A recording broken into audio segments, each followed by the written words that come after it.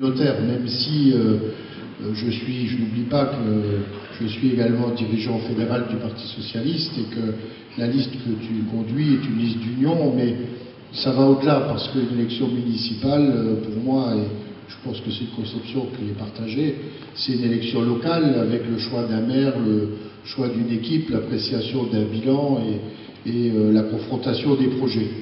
Donc c'est pas sur cet aspect-là que j'insisterai. J'ai d'abord été invité pour parler du bilan de la communauté d'agglomération et plus spécifiquement sur Algrange.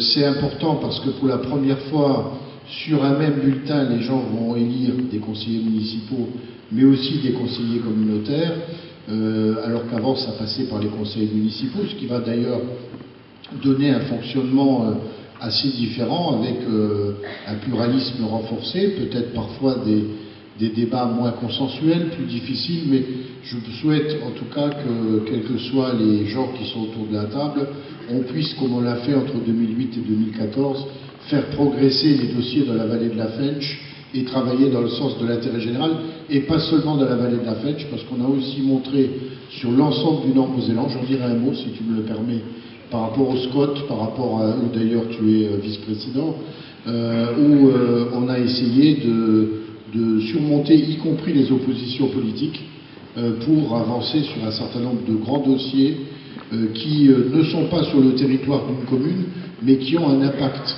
Si nous arrivons, comme j'en suis désormais convaincu, à pousser le projet Europort à quelques kilomètres d'ici, avec les centaines d'emplois qui sont à la clé, évidemment, des habitants d'Algrange, comme du reste du Nord-Mosellan, y trouveront du travail. Et c'est très important. Et c'est d'ailleurs la première compétence de la communauté d'agglomération.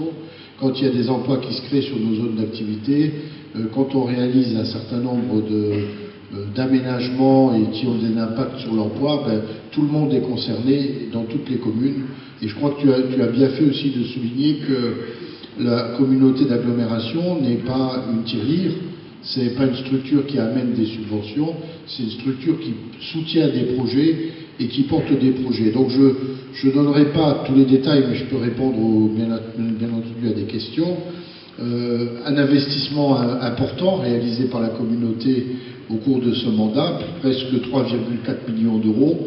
Le gros morceau, naturellement, c'est le parc communautaire, qui est, je crois, qui est intéressant pour la ville d'Algrange et qui a permis aussi d'installer, on avait la problématique de la piste cyclable qui était très difficile à envisager sur la rue Clémenceau compte tenu de sa configuration. Donc c'est à la fois un aménagement, un parc paysager avec des espaces de jeu, et je pense que pour la ville d'Algrange c'est une vraie opportunité, y compris d'attractivité, y compris pour des investisseurs, des promoteurs en termes de logement, parce que c'est extrêmement attractif. Algrange est la deuxième ville qui a le plus bénéficié des travaux sur les bâtiments du culte, juste derrière Allange. C'est quand même 230 000 € à l'échelle du budget de la commune, c'est pas rien. C'est par exemple, je crois que c'est une réflexion complète du clocher de l'église, mais il y a eu aussi également une avancée. Bon, on a longtemps discuté, on avance sur les problématiques du presbytère protestant, qui était un peu un dossier également stand-by. Le maire y était évidemment très très attaché. Il y a eu aussi, au-delà de l'investissement, du soutien au fonctionnement. Alors j'en donne quelques exemples. Le Music Live qui a bénéficié pendant toute une période d'un soutien en termes de communication. Aujourd'hui, la communauté d'agglomération en est partenaire, et partenaire important. Il y a eu Cité en Seine, qui a été une opération communautaire et qui a été mis en place, financée par la communauté d'agglo. Il y a eu un sujet qui était souvent avancé par Algrange depuis un certain temps, c'est la fresque des 4 mines. Tu n'en as pas parlé, mais je me permets de le rappeler. Mais on l'a vu dans les diapos derrière, elle était en train de se dégrader. Et quelque part, Algrange a lancé un processus qui a été suivi dans la vallée. En fait, il y a eu le département, la région, la Fondation du patrimoine, la communauté d'agglo, la commune.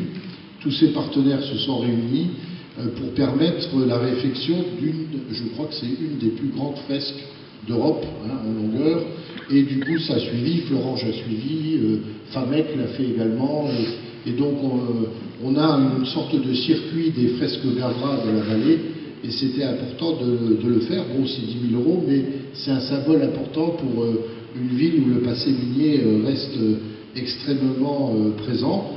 Le label sport aussi, nous étions il y a quelques semaines, certes le résultat n'a pas été favorable, mais c'était une très belle journée, soutenir l'équipe féminine d'Algrange qui est en tête de la division 2, si mes informations sont toujours exactes, et qui s'est battue courageusement en Coupe de France contre le PSG, excusez du peu, et qui bénéficie depuis 2008 du soutien de la communauté d'agglomération, tout simplement parce qu'on a décidé de soutenir le sport de haut niveau partout au niveau le plus élevé possible. Et il se trouve que Algrange est un des deux clubs communautaires, des deux clubs sur la communauté, avec le volet féminin de Florange, a bénéficié du soutien, et je pense que c'est important, et ça lui... Bon, et c'est vrai que ça va nous engager. Si demain, comme je l'espère et je le souhaite, elles accèdent à la première division, mais il faudra qu'on trouve d'autres partenaires, des sponsors, mais la communauté d'agglomération devra être au rendez-vous, et elle le sera. Donc je mentionne, ce sont des exemples. J'aurais pu parler aussi du logement, c'est important pour le développement d'une commune. En ce qui concerne Algrange, c'est 46 logements sociaux qui ont été subventionnés, donc c'est important. C'est 29 logements réhabilités dans le cadre du programme d'intérêt général. C'est également le fait que la commune était injustement pénalisée, bon, même si on a essayé de faire évoluer la législation en ce qui concerne la fameuse loi SRU, puisque Algrange, ville minière, donc il y avait des logements miniers qui ont été vendus aux occupants, qui n'ont pas changé fondamentalement de caractéristiques dans le confort et l'équipement, mais qui comptent plus dans les logements sociaux. Et Algrange, ça a d'ailleurs évolué l'année dernière, était pénalisé par cette situation, et la communauté d'agglomération a reversé sous forme de fonds de concours les sommes qui étaient indûment prises à Algrange, et donc là aussi, sans la communauté d'agglomération, il y a une perte de recettes pour la commune. Et puis bon, je vais plutôt surtout parler des projets, parce que c'est ce qui intéresse les personnes présentes. Et principalement, je vais aborder deux sujets. Le premier, c'est la petite enfance. Alors effectivement, nous prenons la compétence, nous la prenons progressivement, parce qu'on était parti de situations très différentes d'une commune à l'autre, pour des raisons historiques, tenant aux recettes des communes, tenant aussi aux choix politiques qui ont été faits par les municipalités qui nous ont précédés. Le constat était que sur une partie de la vallée, il n'y avait pas de structure collective, il y avait les aides maternelles, les assistantes maternelles, mais il n'y avait pas de crèche, de garderie, et encore moins de multi-accueil. Donc, on a voulu, dans un premier temps, prendre des équipements nouveaux, et ensuite, dans un deuxième temps, intégrer les équipements existants, plus intégrer ce qu'on appelle le relais des assistantes maternelles, qui permet une bonne coordination, une formation des assistantes maternelles. Donc il y a eu un premier projet qui d'ailleurs avait été travaillé par les 3 communes, et c'est pour ça qu'on a pu le faire rapidement. Guilvange, Algrange et Plutange avaient travaillé ensemble sur un projet sur l'ancien collège de Nilvange, et ce projet, ayant été repris par la communauté, a pu aboutir. Et d'ailleurs, des familles d'Algrange, une quinzaine de familles, en bénéficient, et c'est une première réponse, loin d'être négligeable également. Ensuite, effectivement, il y a des projets qui sont dans les cartons, à Algrange, à Plutange et ailleurs, il y a beaucoup de besoins. Le fait qu'il y ait la perspective de reprise des structures existantes va transformer ces structures qui sont communales en structures communautaires, ce qui veut dire qu'une famille d'Algrange qui, par exemple, travaille sur la zone Saint-Agathe, et forcément il y en a, ça j'en doute pas, eh bien pourra, au même titre que les familles florangeoises, accéder aux structures de Florange, ou famécoises, etc. Donc ça aussi c'est un plus. Et naturellement, pour développer les nouvelles places, il y a deux conditions. La première, c'est que nous avons pu faire ça parce que nous avons une recette qui monte en puissance, alors je ne veux pas être trop technique quand même, mais dans le cadre de la péréquation, c'est-à-dire que, pour faire simple, le législateur s'est dit qu'il fallait peut-être un peu prendre aux riches pour aider ceux qui ont des besoins. Bon, ça reste très modeste, il faut bien le dire. Mais par exemple, quand vous avez des communautés que je ne nommerai pas dans un périmètre, il n'y a pas besoin d'aller très loin, et vous avez des exemples en tête, où on se demande s'il faut changer les lampadaires tous les 2 ou 3 ans, alors que nous, on a d'autres problématiques, on a des friches industrielles à traiter, on a des besoins en termes de petite enfance, par exemple, donc on leur prend un peu d'argent pour reverser à des territoires qui ont des besoins comme les nôtres. Donc, et ça se fait petit à petit. Donc, en fonction de la montée en puissance de ces recettes, on va pouvoir développer. On s'est d'ailleurs mis d'accord à l'unanimité du Conseil de communauté, je tiens à le souligner, pour conserver ces recettes, en échange de quoi on va développer la petite enfance. Donc ça, et évidemment, la deuxième condition, c'est le partenariat avec la Caisse d'allocation familiale, qui donne des aides importantes au fonctionnement, et sans laquelle on ne peut pas, il faut qu'elle donne l'agrément, et puis donc c'est notre partenaire essentiel. Donc en fonction de ces critères, effectivement, sur le prochain mandat, on va avoir à intégrer les structures existantes et à développer de nouveaux projets. Et en ce qui concerne plus précisément Algrange, nous sommes bien conscients qu'il y a des besoins, et nous sommes surtout conscients que, au fur et à mesure de la montée en puissance de la commune en termes d'habitants, eh bien, évidemment, ces besoins vont être croissants et devront être pris en compte.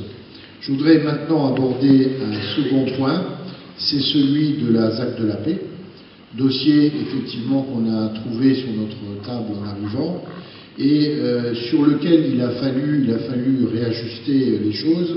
Nous avions dans un premier temps essayé de trouver un concessionnaire pour l'aménagement, mais on s'est aperçu que le dossier préparatoire était incomplet.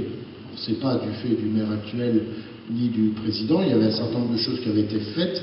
Il faut dire que par le passé, et malheureusement c'est encore d'actualité ces choses-là, il faudra être extrêmement exigeant envers les exploitants de sites lorsqu'ils arrêtent des installations qui ne se contentent pas de faire ce qu'ils ont fait à la zone de la paix, c'est-à-dire on enlève tout ce qu'il y a au-dessus et on laisse tout ce qu'il y a en dessous, pollution, gaz. C'est malheureusement le cas pour la ZAC de la paix. L'usine a fermé à la fin des années 70 et voilà l'héritage qu'on a trouvé, mais on n'avait même pas tous les éléments sur le sous-sol. Donc il a fallu mener des études géotechniques extrêmement lourdes, mais qui étaient indispensables pour savoir, si vous me permettez l'expression, où on mettait les pieds, et ce qui a permis de déterminer quelles étaient les zones constructibles, quelles étaient les zones à dépolluer, quelles étaient les zones inconstructibles, parce qu'il y a aussi des zones inconstructibles qui pourront, elles, être affectées à des espaces verts, à des zones de loisirs sans construction. Et c'est bien aussi d'un côté parce qu'il faut de la respiration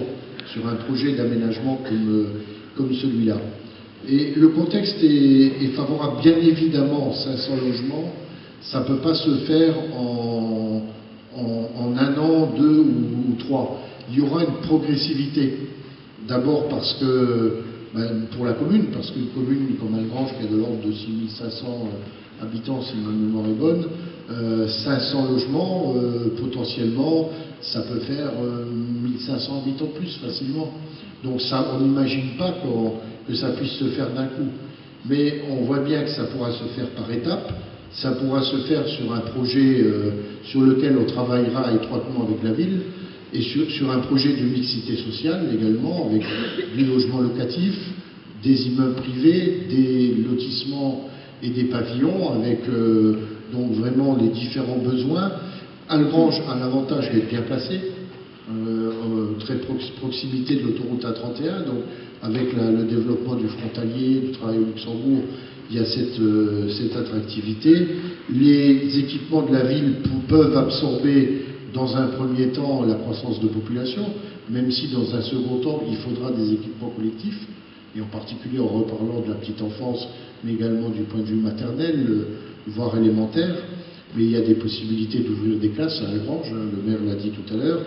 Et puis on est conforté dans notre projet par le schéma de cohérence territoriale.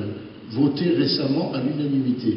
Que dit ce schéma de cohérence territoriale? Il concerne les 6 communautés de territoire du Nord-Mosellan, donc 250 000 habitants, et il dit que nous sommes le seul territoire de Lorraine où la population va augmenter parce qu'il y a des grands projets sur le territoire. On peut parler d'Europort, on peut parler des projets sur la mégazone d'Illange, on peut parler de Belleval également.